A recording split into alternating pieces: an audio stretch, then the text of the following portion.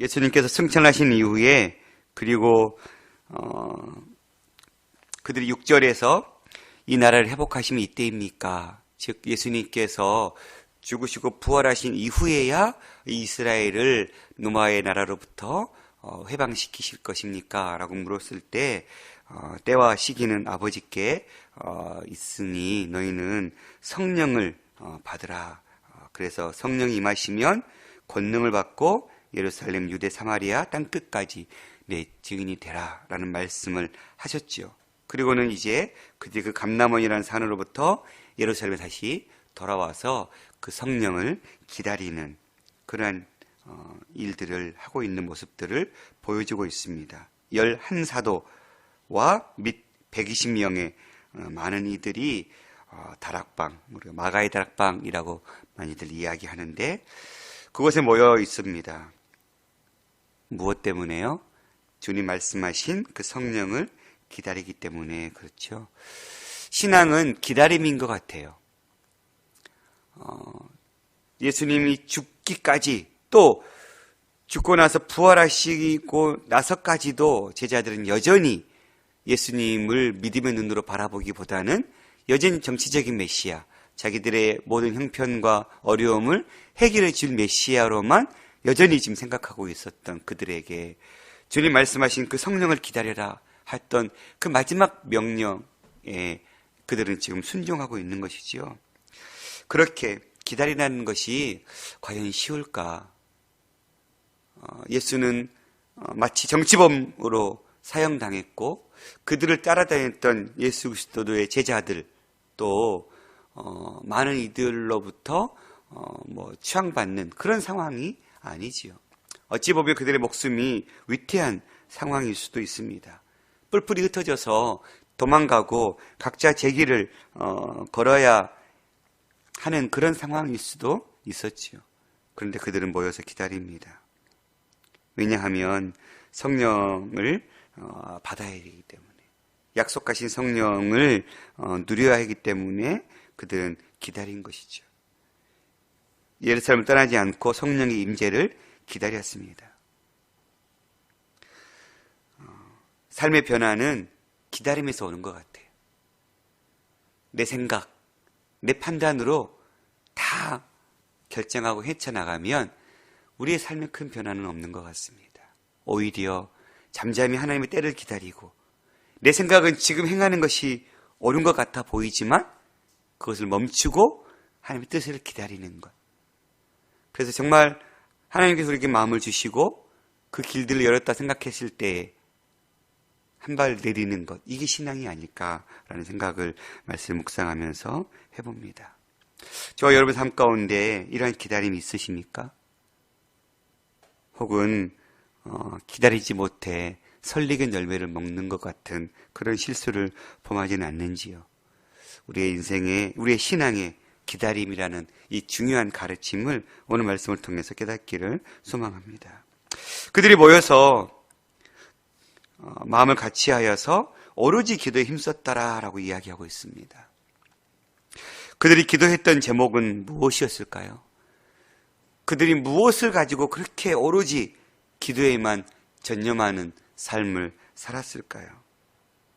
그들은 앞에서 나왔던 1절에서 8절에서 나왔던 그 기도의 제목, 즉 4절에 예루살렘을 떠나지 말고 내게서 들은 바 아버지께 약속하신 것을 기다리라 그랬거든요.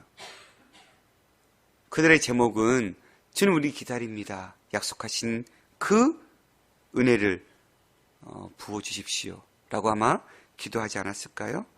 뿐만 아니라 그들은 주님 말씀하셨던 8절에 그 성령께서 임하셔서 우리에게 권능을 허락해 주시고 우리가 주님의 증인이 되게 해달라라고 기도하지 않았을까요?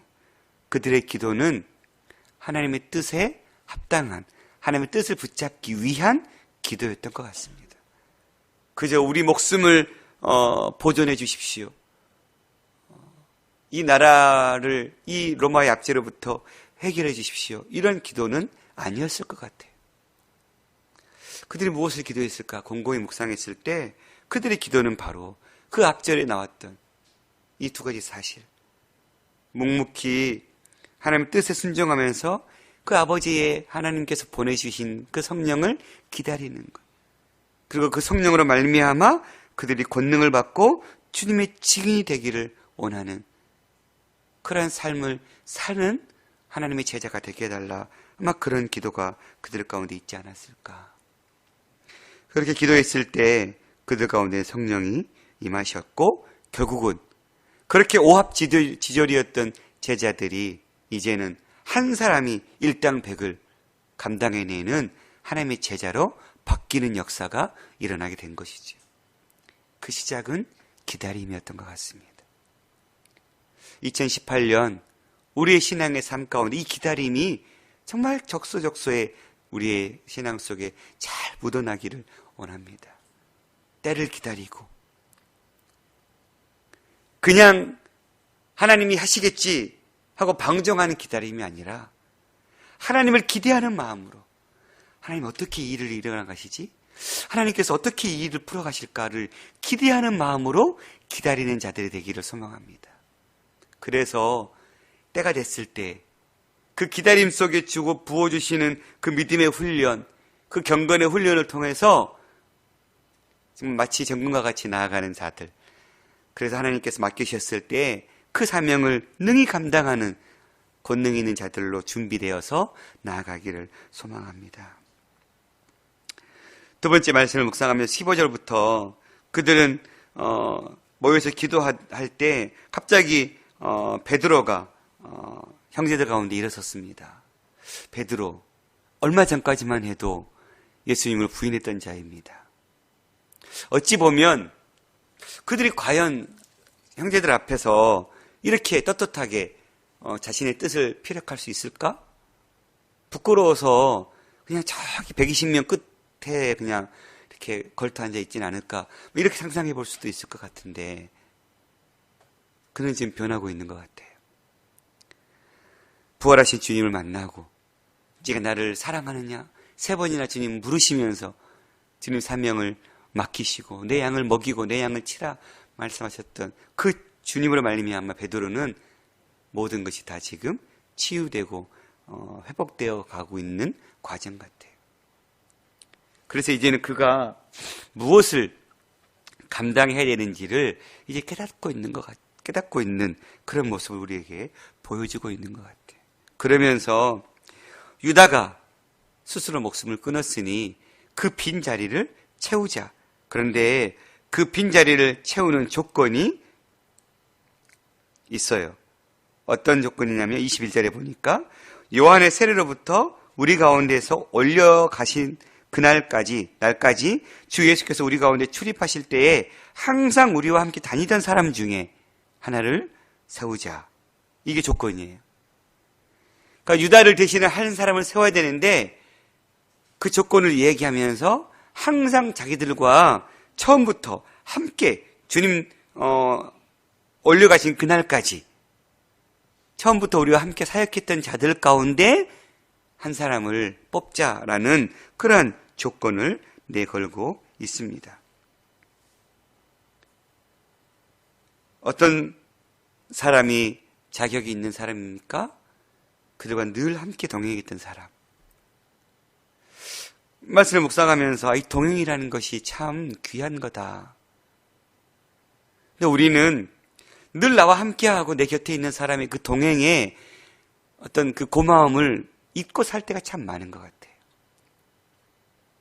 베드로는 우리와 함께 처음부터 동행했던 그 사람 중에 한 사람을 택하자. 늘 우리와 동고동락했던, 같이 울고, 같이 웃고, 같이 그 일들을 감당했던 자들 가운데 한 사람을 세우자. 여러분 곁에는 어떤 자들이 동행하고 있습니까? 가장 가까이에 내 남편, 내 아내, 내 부모, 내 자식들, 내 형제 자매들. 그런데 그들과 동행하는 과정 속에 그 동행의 가치를 얼마나 귀하게 여기고 있나. 내 남편의 귀함, 내 아내의 귀함, 내 부모, 내 자식들, 내 형제들의 귀함. 또 우리는 신앙 공동체로서 함께 이뜨림도라는 공동체, 또 각자가 섬기는 교회 공동체에 그 공동체의 가치를 우리가 얼마나 참 중요하게 여기고 있나. 나는 내 옆에 있는 가장 나와 함께 오랫동안 동고동락하며 동행하는 자들의 가치를 잊어버리고 그 소중함을 놓쳐버리고 오히려 가치 있는 자들에게 그리스도의 사랑을 베풀고 함께 하나됨을 애쓰기보다는 너무 익숙하다는 이유 하나로 외면하고 있지는 않는가. 그냥 마치 당연한 사랑처럼.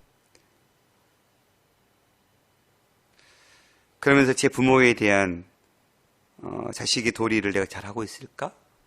그런 생각이 들더라고요. 여전히 고등학생 딸이 있고 이제 부록의 나이를 넘어서 50을 향해서 가고 있는 아들임에도 불구하고 여전히 아침마다 전화하셔서 밥은 먹었냐라고 물어보시는 이 어미 아비의 사랑에 내가 가치를 얼마나 내가 소중하게 여기고 있나.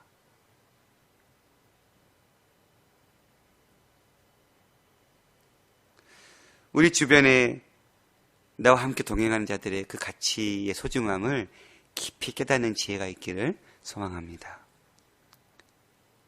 그들의 소중함의 가치를 우리가 알면 알수록 우리의 삶 가운데 더 그 기쁨의 깊이가 넓어지지 않을까라는 생각들이 되어져 보고 그 가장 내 곁에 있는 그 소중한 자들과 함께 좋은 것을 공유하며 함께 나눌 수 있는 그러한 성숙된 공동체 일원들이 되기를 소망합니다.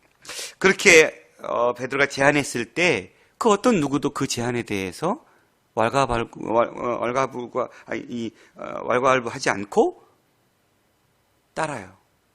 베드로의 권위가 성령 안에서 이렇게 함께 기도하면서 제자들도 어떤 면에 있어서 물론 그것이 베드로 개인의 일이었다 할지라도 소문이 퍼질 수 있으면 충분히 퍼질 수 있는 사건이잖아요.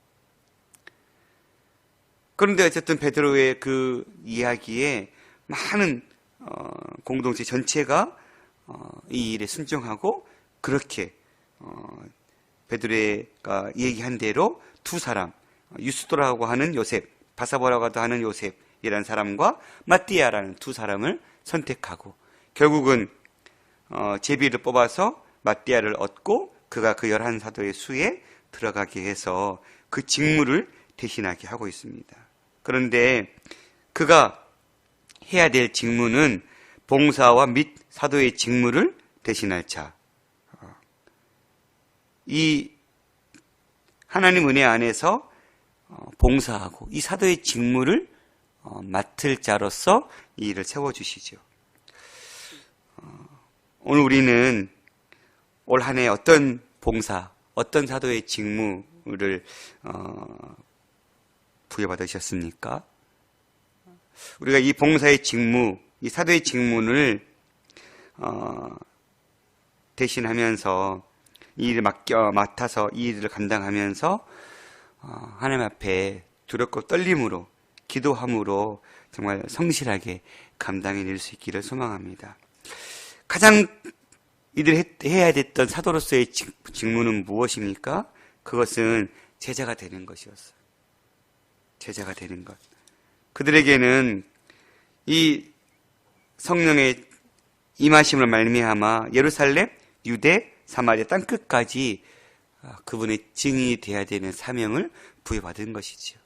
이 사명은 오늘날에도 동일하게 우리에게 주어진 사명인 줄 믿습니다. 오늘도 주님께서 우리를 각자의 자리에서 각자의 분량에 맞게 하나님의 사명 역할들을 부여해 주셨습니다. 때로는 교사로, 때로는 다양한 직분들로. 그래야 했을 때 우리가 그 직분을 맡기신 것은 그 직분을 통해서 성령의 권능을 받아서 주님의 증인이 되는 것. 이게 가장 큰 우리의 사명이죠. 그저 그 직분을 통해서 봉사하고 섬기는 것에 끝나면 안 되는 것 같아요. 저는 목사의 봉사의 직분을 맡은 거죠. 그러면 그 목사의 직분을 통해서 가장 무엇을 잘 감당해야 됩니까? 주님의 증인이 돼야 되는 것이죠. 이걸 놓쳐버리고 다른 것에 힘쓰는 목사가 되면 그 인생이 하나님 안에서 과연 잘 쓰임받았다 얘기할 수 있을까요? 여러분 각자가 다양한 직분을 부여받으셨는데 그 직분을 감당하면서 사람 눈에 보이기에 좋은 충성됨은 있는데 그 직분을 통해서 예수 그리스도의 그 증인으로서의 삶을 우리가 살고 있지 못한다면 과연 그 직분을 우리가 잘 감당하고 있는 것일까라는 생각들을 말씀 묵상하면서 해보았습니다. 사랑하는 성도 여러분, 어떤 직분을 부여받으셨습니까? 그 직분을 감당하며 기도할 때 가장 첫 번째 기도가 주님, 내게 주신 이 봉사의 직무를 통해서 예수 그리스도의 증인의 삶을 살게 하옵소서. 내 작은 일들을 통해서 예수님의 십자가가 드러나고 예수님의 사랑이 드러나고 이 작은 섬김을 통해서 예수님의 그 큰 섬김, 십자가에 죽으시기까지 복종하셨던 그 섬김이 드러나게 하옵소서라고 기도하면서 그 주신 직분을 감당하는 저와 여러분이 될 수 있기를 간절히 소망합니다. 그렇게 감당할 때 내게도 귀한 열매가 주어지게 될 것이고 나를 통해서 많은 사람들이 그 열매를 따먹고 그 열매를 통해서 십자가의 사랑을 누리게 되는 그런 역사들이 일어나게 될 줄 믿습니다. 그러니 맡은 자에게 구할 것은 충성이라 했지만 충성스럽게 그 사명 감당하면서 감당해야 될 가장 큰 직무는 예수님의 증인이 되는 것을 잊지 않기를 소망합니다. 오늘도 주님은 마치 마띠아와 같은 예수님의 제자들을 찾고 계실지 모르겠습니다. 오늘도 주님은 이 시대에 마띠아와 같이 부족한 제자들의 역할들을 대신해서 함께함으로 엄청난 시너지를 만드는 동역자들을 주님은 찾고 계실 것 같습니다. 저희 교회도 마지막 송구 영신 예배 때까지 영아부, 유치부, 어린이부 교사를 구합니다 라는 광고가 나갔었어요. 없으니까 나갔겠지 계속. 그게 거의 2달 전부터 광고가 이렇게 계속 되어졌었거든요. 그런데 넘쳐나지 않은 한 사람을 더 구하고자 마지막까지 함께해 주십시오라고 강구했던 일꾼이 필요한 것 같아요. 공동체 속에서 내가 하지 않으면 다른 누가 하겠지 라는 생각보다는 내가 할 수 있으면 내가 해야 되겠다 라는 섬김이 훨씬 더 필요한 시대가 아닐까. 그래서 저와 여러분이 이 귀한 섬김의 직분들을 잘 감당하는, 그리고 그 섬김을 통해서 예수님의 십자가의 증인의 삶을 잘 살 수 있는 그런 자들이 될 수 있기를 간절히 소망합니다. 기도하겠습니다. 주님, 그렇습니다. 신앙은 기다림을 깨닫습니다. 주님의 권능도 부여받지 못하고 어떤 길이 제자의 길인지 깨닫지도 못한 채 내 열정, 내 결정으로 성급하게 주님의 사명을 그르칠 때가 얼마나 많은지 모르겠습니다. 2018년 잘 기다리고 하나님의 뜻을 분별하여 한 걸음 한 걸음 내딛는 삶이 되게 하여 주옵소서.